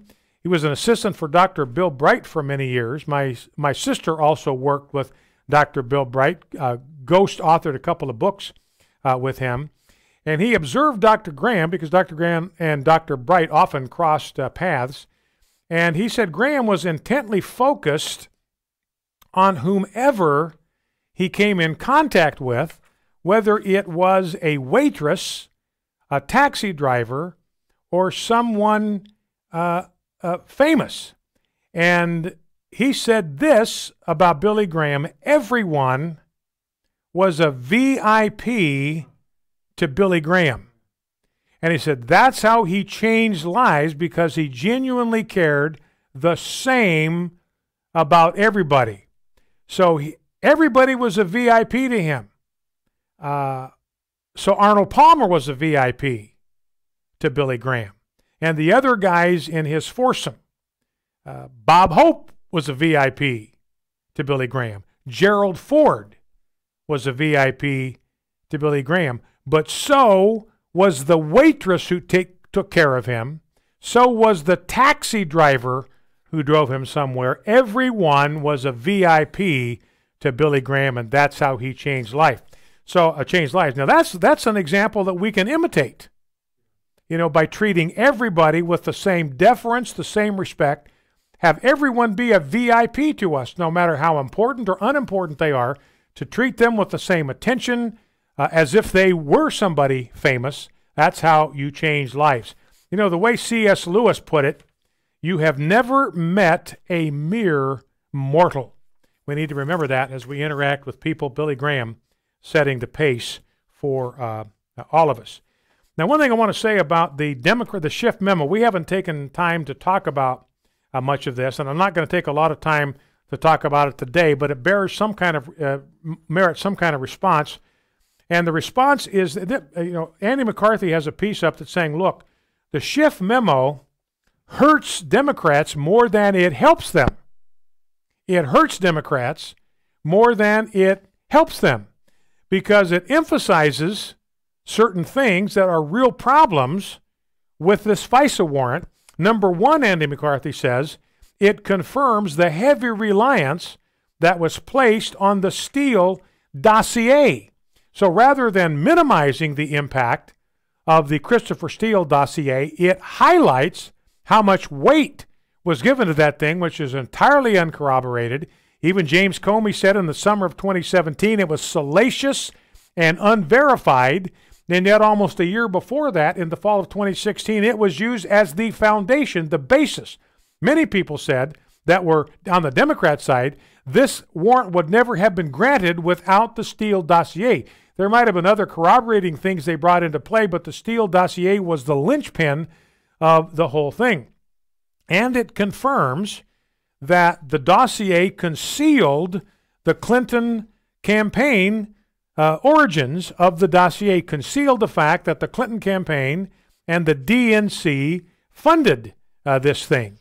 And Andy McCarthy makes the point we were talking about just before, that the issue in all of this is the credibility of Steele's informants, not the credibility of Christopher Steele, but the people who were his sources of information. And we don't know anything about them. We have no idea whether they were credible witnesses or not. And this memo highlights the fact that there was no corroboration of the veracity or the reliability of the witnesses, whoever they were, the sources that Christopher Steele had. We don't even know if these sources existed.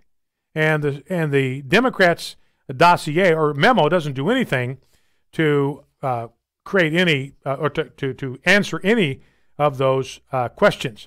So anyway, what Andy McCarthy is saying, look, this makes things worse for the Democratic Party because it emphasizes all of the weaknesses with the problem.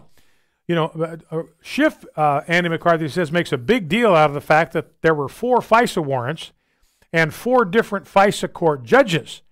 But he says this is not as significant as it sounds because it's common for prosecutors to bring renewal applications back to the same judge who authorized the original surveillance, because he presumably would know the case better and thus would be in a better place to detect any irregularities.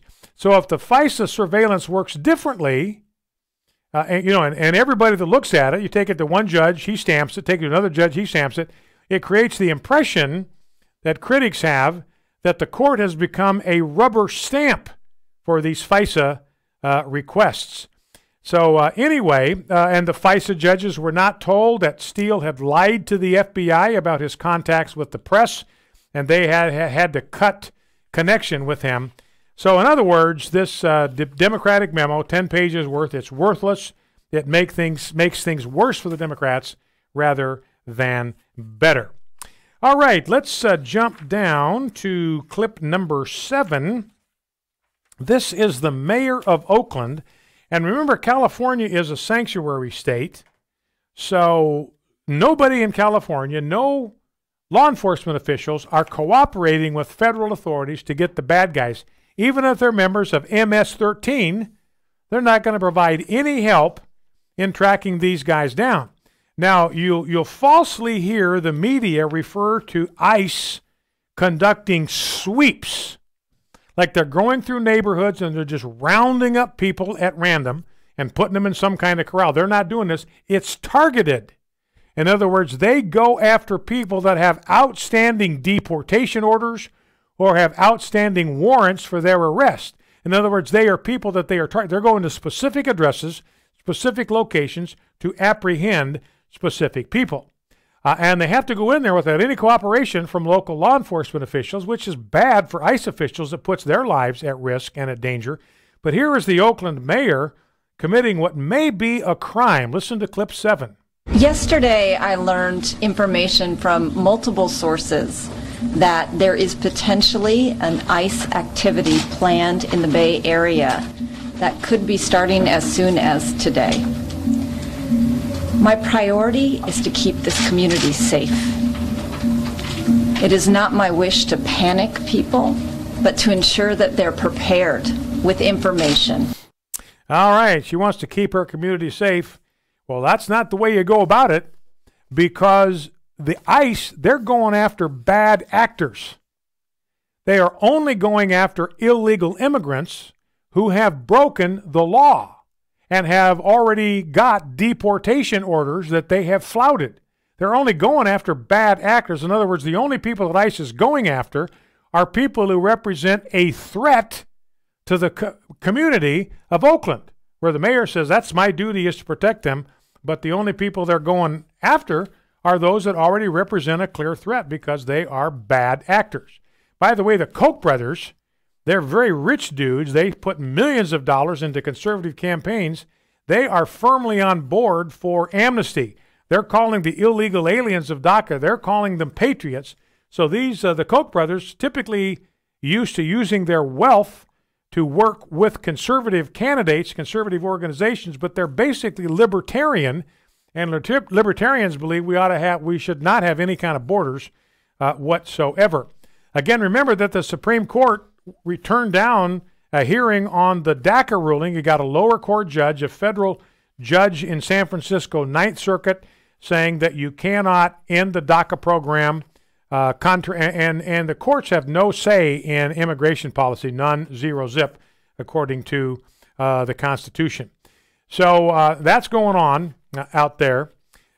One thing that the federal government has done in immigration, they have removed the phrase from their mission statement. This is U.S. Citizenship and Immigration Service. They have removed the phrase from their mission statement that we are a nation of immigrants. That's gone. That's out of here. That's in the archives. And the reality is we are not a nation of immigrants. If you were born here, you are not an immigrant. Most Americans that live here, 85% of the people that live here, were born here. So we are not, by definition, a nation of immigrants, and U.S. Citizenship and Immigration Service has removed that phrase from its mission statement, good for them. Now, you want to know, and MS-13 is active in Oakland, where we just heard from this mayor. She's warning her people, be on the lookout that ICE is coming through. Be warned. Be ready to lock yourself in your house or whatever. MS-13, this gang, brutal gang from Central America, they are now in 22 states. There are 300,000 illegals that are a part of MS-13 or kind of run with them or identified with them. And they are already been tied to 207 murders. And these are the people that ICE is trying to round up. There's a bill now that's been introduced to revoke citizenship from gang members of MS-13. That bill is long overdue.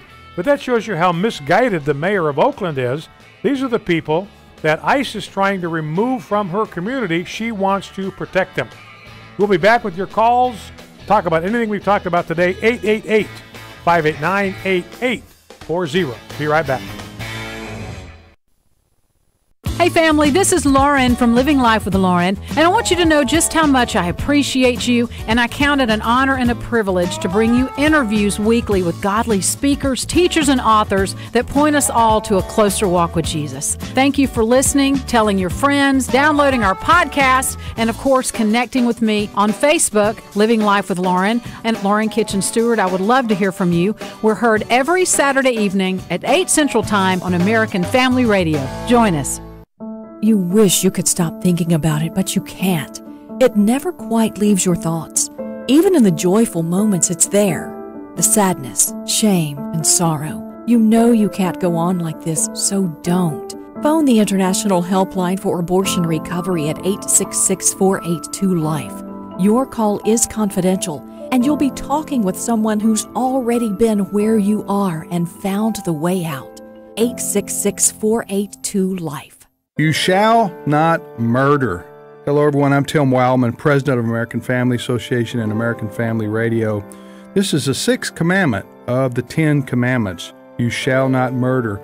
We are asking schools all over America to put this on their marquees, put this on their signs out in front of their school for 1 week to remind America's students that innocent life is precious. Help us spread the word about this campaign to your friends and family. Please go to our website, afa.net, and sign our open letter to America's schools. We need to proclaim this message, you shall not murder, across the land. Why? Because gun control alone will not solve matters of the heart. We need our young people to understand that murder is a violation of God's law, and also it's a violation of the laws all across this land. So help us. Go to afa.net and spread the word. American Family Radio. You're listening to Focal Point with Brian Fisher. Focal Point. Brian Fisher. Hi, welcome back. Number to call to join the program is 888-589-8840, 888-589-8840.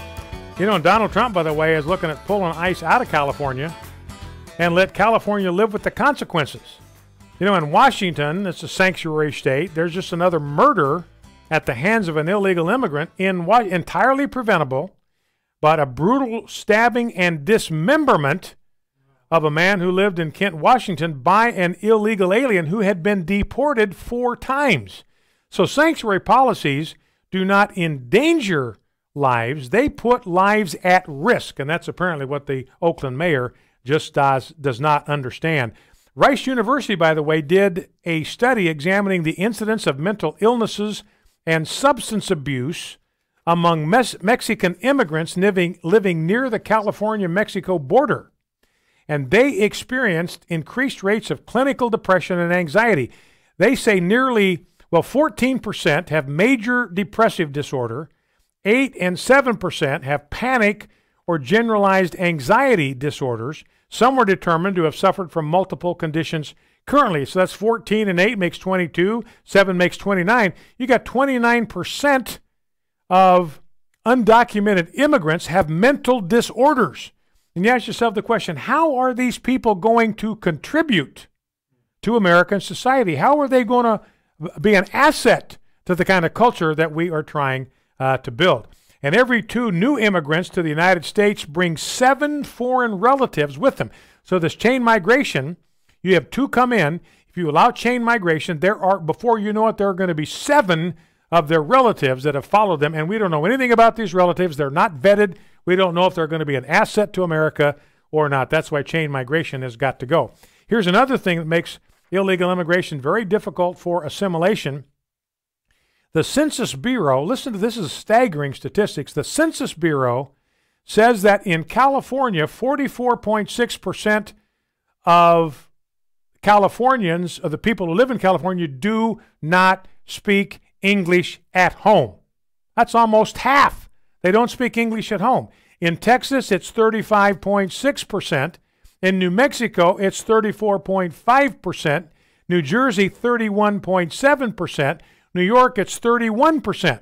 So in all these states, a third or more of the people who live there cannot converse with anybody who speaks English as their native language. Now, ladies and gentlemen, you cannot have a cohesive society unless people can talk to each other, unless they can connect with each other, unless they can communicate to each other. That's why I believe fluency in English ought to be an absolute requirement for somebody that wants to immigrate into the United States. All right, well, let us go to the phones. 888-589-8840 is the number. 888-589-8840 is the number. Let's go to Brian in Conway, Arkansas. Brian, you spell your name with a Y? No, sir, with an I. The only way to spell it. With an I. Okay, well, I'm going to cut you some slack. I put you at the head of the queue because of your first name. So go ahead. What's on your mind today? Sure. Okay, so you guys, and there's been many other people on AFR that have talked about the AR-15s and so forth. So an AR-15 is the semi-automatic version of what the military uses, which is an M as in Mary, 16, M16. And many states, it is totally legal to purchase and own a fully automatic weapon. There are a lot of paperwork. There is a lot of paperwork that has to be completed and thorough background checks by the alphabet police. But the amount of crimes that have been committed with either fully automatic weapons or suppressors, which are also controlled by the BATFE, and are completely legal to own, again, in most states with the proper paperwork, the amount of crimes that are committed with those types of weapons are, they're extremely rare. Yeah, it might be about, anyway, I think I saw this week it's like 2%. So anyway, go ahead and finish your thought, Brian. Yeah, that's fine. I was just trying to clear that up. I know it can be trying to wade through all of that and with all the misinformation that's out there. Anyway, I just wanted to try to give you guys a heads up on some accurate information. Okay, good, Brian. I appreciate that very, very much, because the left, I believe they're just ignorant, because they are dispensing inaccurate information about the AR-15 over and over and over again. They're calling it an assault rifle because it looks mean and menacing. But remember, the technical definition of an assault rifle is it's a fully automatic weapon. An AR-15 is not. Now, a bump stock can kind of make it an artificial automatic weapon, but it's not automatic because it's still one rifle per trigger pull. Just the bump stock enables you to pull the trigger faster, but it's not an automatic weapon. So anyway, a lot of ignorance out there, and people try to say, well, the assault rifle, that's not a hunting weapon, but it is. Now, the modular nature, the fact that you can modify an AR-15 makes it adaptable for hunters in a number of situations. Short-barreled AR-15s in a 450 Bushmaster 7.62 by 39 have become the #1 choice for southern hog hunters. Start with an AR-15. Western prairie dog hunters install a 26-inch varmint barrel in a 204 Ruger or a 223 Remington for unparalleled long-distance accuracy, and calibers such as 223, 300 Blackout, and 6.8 SPC are perfect for Texas deer or medium-sized eastern whitetails. The AR-15 platform is so ideally suited for hunting. That's the point here. People use the AR-15 for hunting because they're going to be modified in so many different ways. It is so ideal that in 2015, Remington, the oldest maker of sporting rifles, sporting arms in the U.S., discontinued its series of semi-automatics after 60 years in production because everybody was shifting over to the AR-15. It's a great coyote gun in varmint hunting, and we have a lot of coyotes and hogs. It's a great gun for coyote hunting. So you hear somebody say that nobody uses these assault rifles for hunting. You're going to hear that from liberals. They are simply absolutely flat dead wrong. And by the way, banning AR-15s not the solution to school shootings. The Columbine shooters didn't use AR-15. The Virginia Tech shooter, 32 people dead, didn't use an AR-15. The University of Texas shooter Charles Whitman did not use an AR-15, killed 26 people. Norway's got stringent gun control. That didn't stop Anders Breivik from killing 77 people. France has got strict ban on assault weapons. The Bataclan shooters killed 130 people. Egypt's got a ban on rifles altogether. 305 worshipers got massacred at the Sinai Mosque last year. Britain's got a total ban, total confiscation of handguns, semi-automatic rifles. Derek Bird shot 23 people with a bolt action 22 in 2010. By the way, Major League Baseball doing a nice thing this week. They're going to honor victims of last week's shooting by wearing Marjorie Stoneman Douglas High School hats at spring training games this week. That's cool. So they all have the option, all 30 teams, to wear school hats during pregame warm-ups for their exhibition openers. Players, managers, coaches, and umpires will have the option of wearing the caps. They might sign the caps and then later auction them off to support those that are impacted by the gun violence. All right, let's go back to the phones. Let's go to Lewis in Richmond, Virginia. Lewis, welcome. What's on your mind? A couple of thoughts, but the one I want to plant most is I am not an NRA member, but it crosses my mind that what's going on with Delta and other businesses who are separating themselves from NRA, they're the same ones who would have been spitting on our veterans in the 60s and 70s as they returned from Vietnam. They are taking their anger out on the wrong people. You know, they don't look at the number of NRA members that have prevented crimes by being properly armed. They just look at NRA as being gun-related and attack them. Yeah. They don't look at, when they get into the school argument, they don't look at what Israel has done in preventing school shootings, which was arm the staff and the teachers.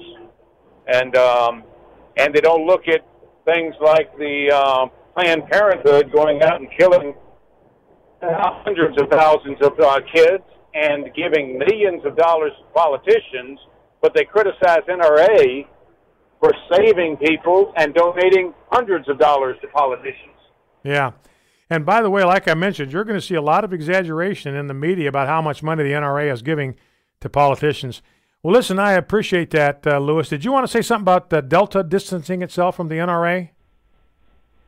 No, mine is simply that I think it is wrong for these businesses to be focusing on the NRA, and I equate it to the people that were spitting on our veterans back when I was in college in the 60s. Getting angry at all the wrong people. You know, and your point about babies, and we had a couple of politicians played the sound bites. They were complaining about how we're slaughtering our babies, and we got to stop that. Well, that's what happens in an abortion every day. All right, Lewis, thank you for that. Grab a call from Ron in Ramona, Oklahoma. Ron, what's on your mind? Talk to me. Yep. Hey, Brian, going back to the request to see if the schools would put the "Thou shalt not murder" on their marquees. Yes, sir. Well, the Oklahoma State School Board Association attorneys are saying that it could potentially create an open forum for comments, as well as they recommend we don't go to 10 Commandment type issues on the marquees of schools. So I don't know what other kind of responses AFA has been getting to that request. Well, and it's pretty typical. I expected that from any attorney. Realize something, Ron. Attorneys are paid to say no. That's their job. Their job is to say no to everything. And reality is there is no conflict here. It's 4 words. You shall not murder. It's 4 words. That's all it is. There's no scriptural reference up there. So all of this is just, I'm trying to think of a polite word to use to describe. I don't know there is one. Yeah, it's just cowardice on the part of these attorneys. There is no constitutional conflict, but unfortunately, we're gonna run into that. Not much you can do about it, Ron. Maybe individual school districts will see it differently. We hope that they just might. All right, thanks, Ron. I appreciate your call. Sorry, Basil, Amy didn't get to you today. I hope you'll call back tomorrow. Well, that's it for today. You've been listening to Focal Point, American Family Radio. Don't forget, ladies and gentlemen, we are fighting a winnable war. See you tomorrow. The views and opinions expressed in this broadcast do not necessarily reflect those of the American Family Association or American Family Radio. Faith, family, freedom. American Family Radio.